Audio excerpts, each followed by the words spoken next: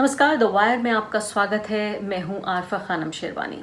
अक्सर इस कार्यक्रम में हम राजनीति और समाज की बातें करते हैं, लेकिन आज एक ऐसी खबर, एक ऐसा दुख जिसमें ऐसा लगता है कि 130 करोड़ लोग एक हो गए हैं। एक बहुत मशहूर अदाकार, एक्टर इरफान खान, उनका देहांत हो गया है। वो ये दुनिया छोड़कर चले गए हैं। न जाने वो स्टार थे या सुपरस्टार थे या इस तरह के जो लेबल्स हैं, इस तरह के जो पहचान है, उन्होंने कभी इसको स्वीकार किया नहीं किया। लेकिन आज इरफान खान के चले जाने से, सितारे के चले जाने से पूरे आकाश में एक तरह का अंधेरा छा गया है। और अगर सोशल मीडिया को हम देखें और ये देखने की कोशिश करें कि शायद सोशल मीडिया जो जज्बात हैं, लोगों के जो सेंटिमेंट्स हैं, अगर उनकी नुमाइंदगी करता है, तो आज 130 करोड़ लोग तमाम तरह के मतभेदों को भुलाकर एक आवाज़ में ये कह रहे हैं कि एक ऐसा स्टार, एक ऐसा अदाकार जो बिल्कुल उनके जैसा था, जिसने उनके जैसे किरदार भी अदा किए, वो उनके बीच से चला गया है। इरफान खान की बहुत सारी ऐसी फिल्में हैं जिन्होंने लोगों के दिलों पर छाप छोड़ी है। मकबूल उनका एक ऐसा किरदार था जो घर घर में शायद एक तरह से लोकप्रिय हो गया। इसके अलावा लंच बॉक्स एक ऐसी यूनिक, बिल्कुल दुर्लभ फिल्म थी जिसमें हीरो और हीरोइन वो मिलते नहीं हैं, बल्कि ये भी ठीक तरीके से वाटर टाइट इसको डिफाइन करना कि हीरो कौन था और हीरोइन कौन थी, ये भी बहुत मुश्किल है कि आखिर इस फिल्म में कोई हीरो हीरोइन था भी या नहीं।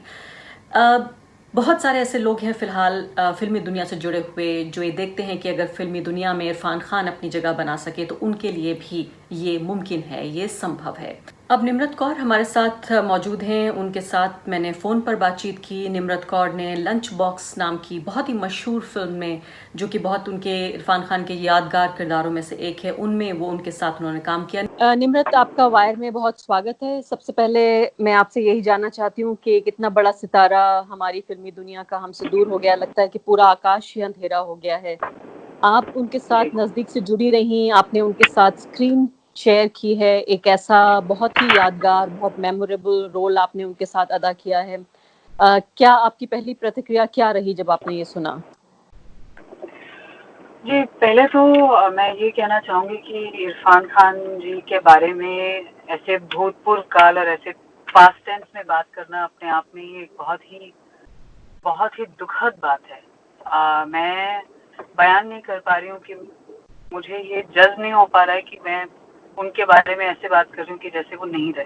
टू बिगिन विद मैं यही कहना चाहूँगी कि ऐसे जो एक एक्टर्स होते हैं इरफान खान के कैलिबर के और इनके रुतबे के, वो एक 100 से 150 साल में एक एक्टर ऐसे आते हैं और इतनी कम उम्र में, मतलब ये वाज ओनली 53।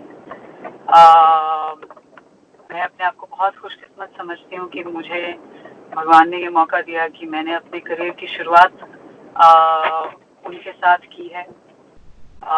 और एक फिल्म जो लोगों के दिलों के इतने करीब है। मैं अपने आप को बहुत ही ज़्यादा खुशकिस्मत समझती हूँ कि मुझे ये मौका मिला कि मैं उनके साथ काम कर पाऊँ। निम्रत, आपको कोई ऐसी चीज़, कोई ऐसी बात जो याद हो आपकी फिल्म जब शूट हो रही थी उसके दौरान, फिल्म की एडिटिंग के दौरान, जो हमारे साथ आप बांटना चाहती हैं? और इसके अलावा एक और चीज़ भी कि जो फिल्म रही लंच बॉक्स, उसका कोई जी। ऐसा हिस्सा जो आपके बहुत नज़दीक हो, या इरफान खान की कोई ऐसी अदा जो आपको बहुत पसंद हो उस फिल्म के दौरान? जी, एक्चुअली सॉरी, आप अपना सवाल दोहरा सकती हैं मैम? मैं आपसे एक बार पूछना ये चाहती थी कि आपने चूंकि उनके साथ आपने स्क्रीन शेयर की, आपने उनके साथ जब शूटिंग कर रही थी आप लंच बॉक्स की, उस दौरान की कोई बात हमारे साथ आप बांटना चाहती हैं, या फिल्म जो हम सब दर्शकों ने देखी है उस फिल्म का कोई हिस्सा जो आपको बहुत पसंद हो, जो आप हमारे साथ बांटना चाहें? जी, एक्चुअली मुझे ये मौका तो नहीं मिला कि मैं उनके साथ सेट पर बहुत समय बिता सकूं। जैसे कि आप जानती हैं कि लंच बॉक्स में हमारे कोई सीन साथ में थे ही नहीं।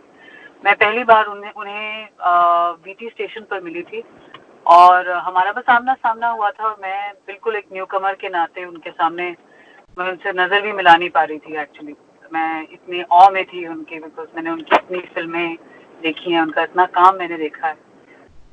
तो मैं उनसे कुछ खास बात भी नहीं कर पाई और हमने बस जल्द जल्द बात करी और उन्होंने कहा कि तुम उन्होंने मुझे बहुत अच्छी कुछ बातें बोली। उन्होंने कहा कि मैं बहुत तहे दिल से इंतज़ार कर रहा हूँ कि मैं फ़िल्म देखूँ जब कंप्लीट हो, और तुम्हारा जो है पार्ट कितना खूबसूरत है। उन्होंने मुझे बहुत अच्छी बातें बोली थी और वो निकल लिए फिर अपना सीन करने।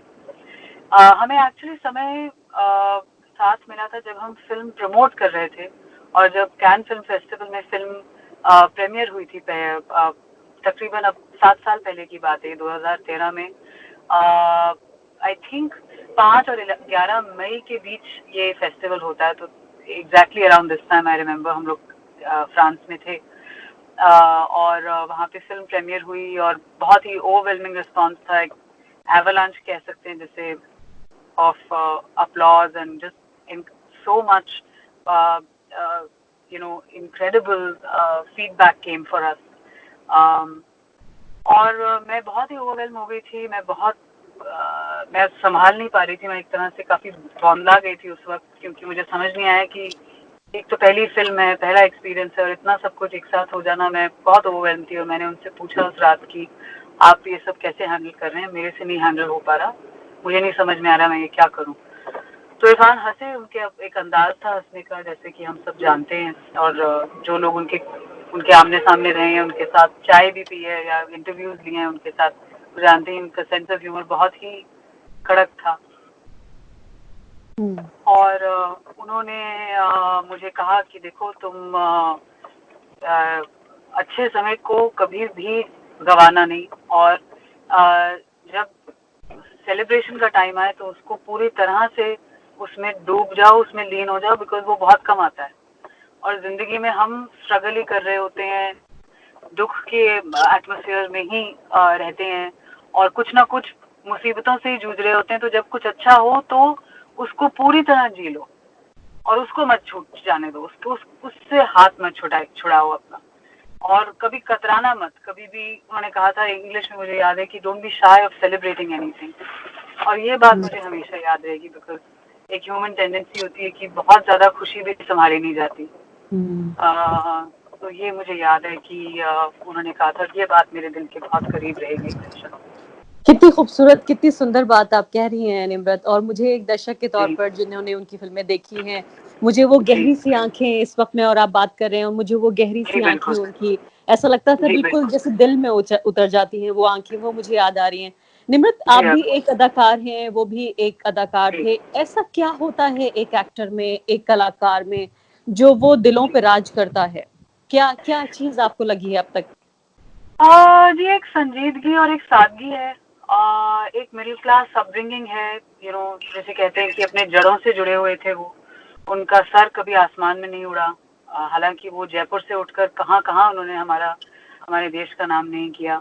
मैं बाहर एलए गई हूँ, या मैंने कभी भी कोई भी काम किया, कुछ भी कहीं भी गई हूँ, लोग सिर्फ लंच बॉक्स के बारे में बात करते हैं, और इरफान के काम के बारे में बात करते हैं, और ये बात करते हैं कि वो कितने कितने उम्दा कलाकार थे। एंड जिसे बोलते हैं कि he had his ears to the ground, उनका उनका सर कभी आसमान में नहीं उड़ता था। वो एक जिंदगी को उनका देखने का नजरिया कुछ अलग ही था। एक ऑब्जर्वेशन जिसे बोलते हैं, he was a very keen observer of life and human beings. And उसके साथ उनका जो सेंस ऑफ ह्यूमर है, वो तो मतलब कॉम्बिनेशन बिल्कुल ही एक जबरदस्त कॉम्बिनेशन होता है किसी भी आर्टिस्ट के लिए।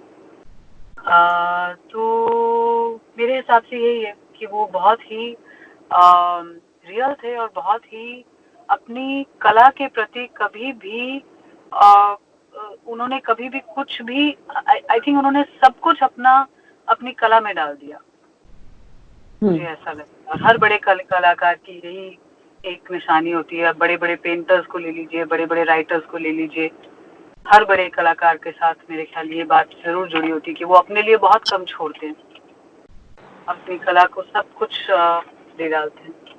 बहुत अच्छी बात आप कह रही हो। शायद यही याद रह जाता है, क्योंकि हमें इस वक्त हम ये नहीं चर्चा कर रहे हैं कि इरफान खान कितने अमीर आदमी थे, उनका मकान कितने करोड़ का था, या उनके पास कितने बैंक अकाउंट में पैसे जी थे, लेकिन बिल्कुल जो आशा जी, है ना, जो वो कला दे एंड गए हैं वो हमें याद जी है। निम्रत, ये बताइए मुझे कि क्या ये इरफान खान का इतना बड़ा स्टेटस पा जाना इस जी हमारे भारत के समाज में और अंतर्राष्ट्रीय स्तर पर भी, क्या ये भी बताता है कि बहुत सारी खराबियां होने के बावजूद बॉलीवुड में, जहां कहा जाता है कि एक आउटसाइडर के लिए बहुत मुश्किल है पैर रखना, आप भी मेरे ख्याल से एक आउटसाइडर ही हैं, जी क्या आपको बिल्कुल। लगता है कि वो स्टार सन्स और स्टार डॉटर्स के अलावा भी एक आउटसाइडर के लिए संघर्ष तो है, लेकिन क्या जगह है?